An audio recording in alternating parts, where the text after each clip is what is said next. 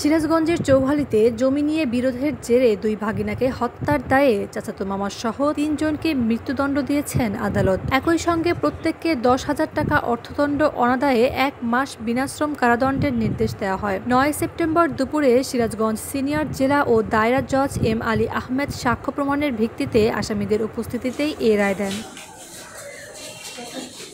মৃত্যুদণ্ডপ্রাপ্তরা হলেন চৌহালি উপজেলার কোদালিয়া উত্তরপাড়া মহল্লার মৃত আব্দুর রশিদ মাস্টারের ছেলে নিহতদের চাচাতো মামা নাসির উদ্দিন, শহীদুল ইসলাম সাচ্চা ও একই মহল্লার মৃত সমেশ আলীর ছেলে ইসরাফিল হোসেন। মামলা সূত্রে জানা যায়, ইউপি সদস্য শিরিন সুলতানার স্বামী রফিকুল ইসলাম বকুলের সঙ্গে তার চাচাতো বোনের ছেলে মিল্টন হোসেনের জমি নিয়ে দীর্ঘদিন ধরে বিরোধ চলছিল।